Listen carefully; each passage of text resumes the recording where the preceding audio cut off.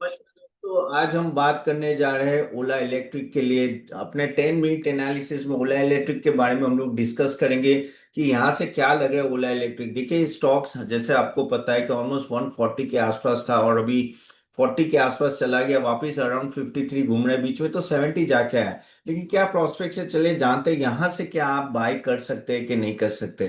तो fundamental outlook देने से पहले गाइस, आपकी कोई फरमाइश हो या आपको कोई स्टॉक रिव्यू करने, कमेंट बॉक्स में जरूर डाले। I do answer each and every query. और मैं कुछ अगर होगा तो नेक्स्ट वीडियो में लूंगी। इसका भी काफी सारी रिक्वेस्ट आई थी। Talking about Ola electric guys, जैसे मैंने बताया कि नो स्टॉक काफी नीचे आ गया है अपने 146 लेवल पे, ऑलमोस्ट 53।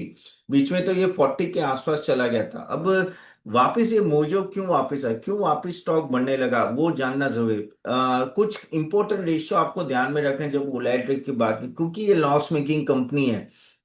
देखिए हमें भी पता है कि इनिशियली बहुत ही अच्छी तरह से वो कहते हैं ना कि स्टार्ट हुआ था, जब आईपीओ आया था। बाद में आप कह सकते हैं ना कि ये स्टॉक गिर ही रहा है। लेकिन अगर हम लोग अभी बात करें कि थोड़ा मोजो वापस है, उसके काफी सारे रीजन है। और इसमें क्योंकि ये लॉस मेकिंग है, हमें मार्केट कैप टू सेल्स देखना है, जो अराउंड 6.4 अभी भी दिख रहा है, जो एक समय पे ऑलमोस्ट 12 चला गया था क्योंकि वो ईवी था। लेकिन बाद में उन्होंने काफी हद तक अपना कह सकते हैं ना नंबर वन पोजीशन थी पहले, वो कंपेयर टू टीवीएस को के सामने उन्होंने कह सकते हैं पीछे रह गए। इवन एथर मोटर भी अभी आगे चला गया है। लेकिन अगर आप देखो तो एक लेवल के बाद ये वापस बाउंस बैक हो रहा है। ऑफ कोर्स ये लॉस मेकिंग है, अपने हाई से ऑलमोस्ट 65% डाउन है।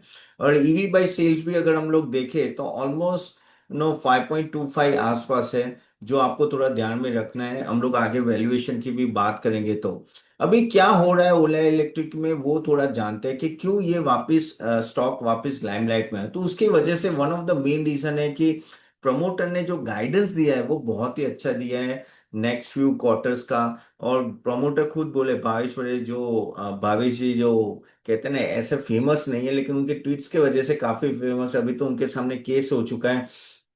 लेकिन उन्होंने बोला है कि भाई 26 उनका काफी अच्छा रहेगा और काफी रिबाउंड होगा। और उन्होंने बोला है कि काफी हद तक फ्री कैश फ्लो जो है ना वो काफी इंप्रूवमेंट होने वाला है। और बाय द एंड ऑफ 26 वो एफसीएफ उनका ऑलमोस्ट पॉजिटिव हो जाएगा ऑटो ऑटो बिजनेस पे। तो वो एक बड़ी पॉजिटिव न्यूज है।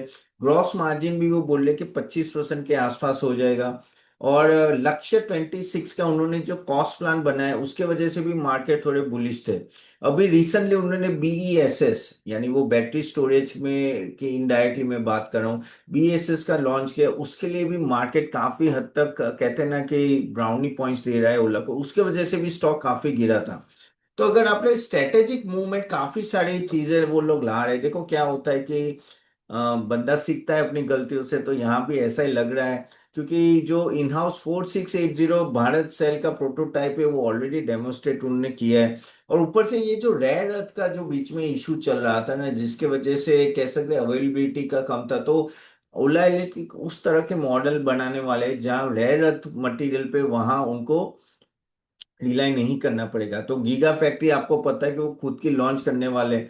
तो वो ऑलमोस्ट 20 गीगावाट की ऑलमोस्ट फैक्ट्री है। और ओला शक्ति, मैंने जैसे बोला था BESS, battery energy storage service, तो वो जो एक वर्टिकल है वो अलग से होगा। वो उसके लिए मार्केट बहुत एक्साइट, क्योंकि वो ऑलमोस्ट 2000 से 4000 करोड़ का एडिशनल रेवेन्यू ला सकते हैं। तो आप ऑलमोस्ट बीईएसएस ऑलमोस्ट 5 गीगावाट का इंटरनल कंजम्पशन वो प्लान के नेक्स्ट 2 इयर्स के। तो आप देखिए तो वो एक तरह से स्कूटर को साइड में हटा के अभी एनर्जी स्टोरेज, क्योंकि ये बीईएसएस में क्या होता है आपके जो रिन्यूएबल होते हैं या थर्मल कोई भी तरह के एनर्जी स्टोरेज के लिए होता है। ठीक है।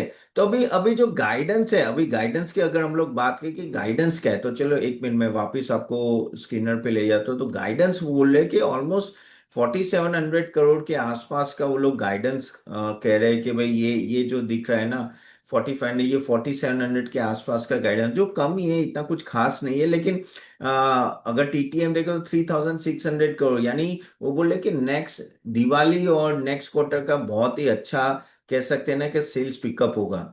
तो वहां वो गाइडेंस अच्छा बोल रहे हैं, और रेवेन्यू और बोल रहे हैं कि आगे जाके सॉरी मार्जिन भी 25% के ऊपर होगा, तो प्रॉफिटेबली टर्न अराउंड होगा। और पीएलआई स्कीम के वजह से उनको काफी प्रॉफिट ग्रोथ में नेक्स्ट क्वार्टर में फायदा हो। देखो ये काफी हद तक पीएलआई स्कीम पे डिपेंडेंट है। अगर पीएलआई स्कीम ऊपर नीचे भी हो गई ना तो इनका प्रॉब्लम हो जाएगा। लेकिन इनके इनका जो पॉजिटिव चीजें जो अभी चल रही है इस कंपनी में वो है कि देखो काफी हद तक वर्टिकल इंटीग्रेशन भी हो रहा है, और पॉलिसी टेलविंड्स का फायदा हो रहा है, प्लस बीएसएस के वजह से और एक फायदा हो रहा है। मार्केट वैल्यूएशन अगर हम लोग बात करें तो ईवी बाई सेल्स पे होता है, जो मैंने ऑलरेडी 5.5 बताया।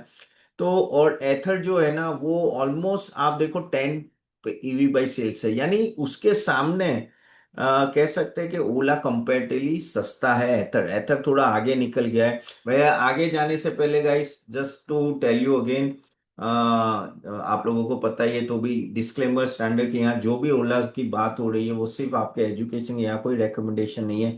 मैं एक सेबी रजिस्टर्ड रिसर्च एनालिस्ट, और हमारी रिकमेंडेशन हमारी वेबसाइट dell.ca.in CA-तपन.in पे ही होती है। ये जैसे तो आप चाहो तो देख सकते हो, गाइस दिवाली ऑफर चल रही तो जरूर जाके दिखेगा पूरी डिटेल्स पैकेज के, और मैं जो टीवी पे आता हूँ वो सब के भी वीडियोस हैं। सो जरूर देखिएगा, ठीक है। तो वापिस आते हैं ओला इलेक्ट्रिक पे। तो जैसे मैंने बोला कि ओला इलेक्ट्रिक का काफी हद तक वर्टिकल इंटीग्रेशन प्लस ये नया जो वेंचर उसके वजह से मार्केट काफी पॉजिटिव है, और फ्री कैश फ्लो भी अभी हो जाएगा तो वो भी एक पॉजिटिव है।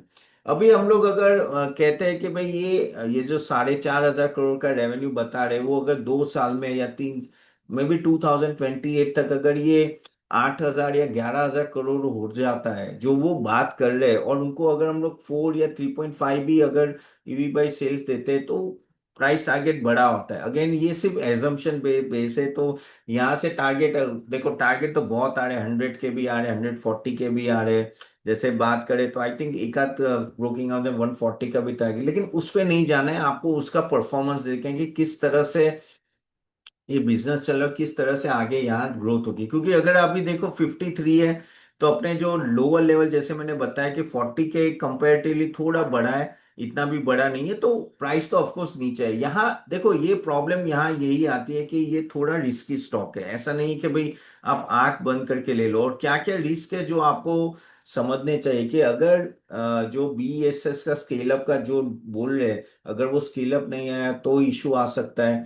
अगेन जो प्राइस ऑफ कोर्स वो कहते हैं कि कंपटीशन में वो आगे निकले, लेकिन एथर और टीवीएस के सामने अगर वो पीछे रह गए तो भी प्रॉब्लम है। और काफी हद तक जो काफी बड़ा स्टेक वेंचर कैपिटलिस्ट का है तो वो भी निकलते हैं। देखो भाव ऊपर जाते हैं तो काफी वेंचर कैपिटलिस्ट निकलते हैं, तो उतना ध्यान रखना है। देखिए आपको आगे जाके इनका ग्रॉस मार्जिन 20% के अबाव है कि नहीं है, ऑपरेटिंग कैश फ्लो पॉजिटिव हो रहा है कि नहीं हो रहा है, वो भी आपको खास ध्यान में रखना है। बीएस का ऑर्डर बुक देखो, बीएसएस बहुत ही एक अच्छा इंपॉर्टेंस डिपार्टमेंट उनका, अगर वो चल गया ना तो ये कम क्या पता स्कूटर से हटा के वो स्टोरेज कंपनीज बन जाएगी।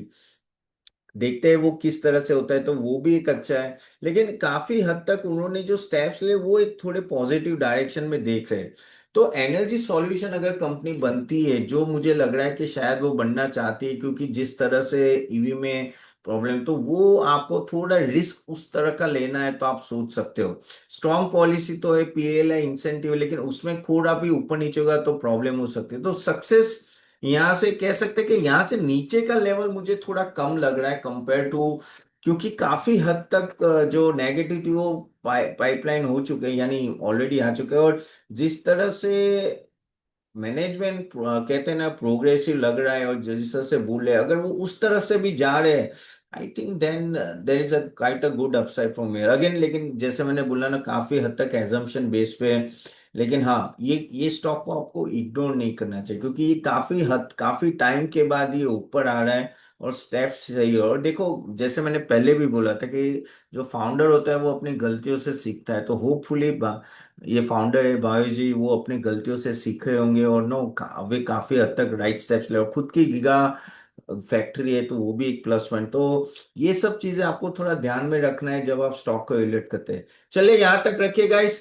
मैंने आपको थोड़ा ओला का बताया। अगेन ये स्टॉक रिस्की इन्वेस्टर्स के लिए, ये सेफ स्टॉक नहीं है, ये ऊपर नीचे दोनों तरफ जा सकता है। लेकिन अभी पॉजिटिव थोड़े ज्यादा दिख रहे हैं। ओके, यहाँ से नीचे कम दिख रहा है, अप साइड शायद आ सकता है, लेकिन थोड़ा लंबा रखना पड़ेगा, वो सब आपको देखना पड़ेगा। Again not a recommendation, just for your knowledge purpose. तो thank you very much guys for attending this session. आपके क्वेश्चन जरूर डालेगा और हमारे वीडियोस देखिएगा और हमारे सेशंस भी अटेंड कीजिएगा। लिंक हम लोग देंगे और ऑन डिमांड वीडियो भी है जो हम लोग ने पब्लिश किया, वो भी आप देख सकते हैं। So thank you very much guys, I will see you soon next time. Bye.